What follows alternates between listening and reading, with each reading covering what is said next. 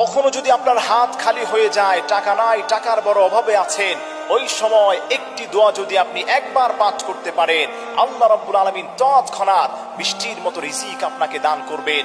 আপনার শূন্য হাতটাকে আল্লাহ পাক রিজিক দিয়ে পূর্ণ করে দিবেন।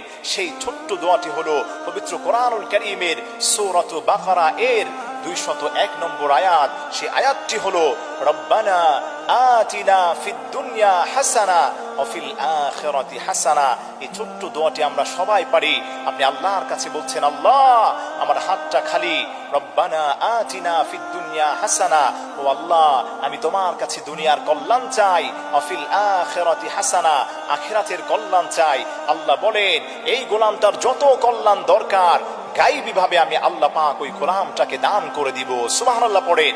এজন্য আমার প্রিয় ভাইরা, আসেন, পকেট শূন্য হয়েছে, হাত শূন্য হয়েছে, দোয়াটি পাঠ করেন, আল্লাহ পাক আপনার রিজিকের দরজাকে উন্মুক্ত করবেন। আমরা তো আল্লাহকে চিনি না, এই জন্য আমরা আল্লাহ পাকের ইবাদত করি না, আর আল্লাহ সম্পর্কে হতাশ হয়ে যাই। যে আল্লাহ পাক এত শক্তিশালী, সে আল্লাহ পাক যদি আমার হয়ে যান, আমার কোনো টেনশন আছে? সে আল্লাহ পাকের ইবাদত করে যদি আমি আল্লাহকে পেয়ে যাই, আল্লাহর ওলি হয়ে যায়, তাহলে আমার কোনো টেনশন আছে? ব্যাস।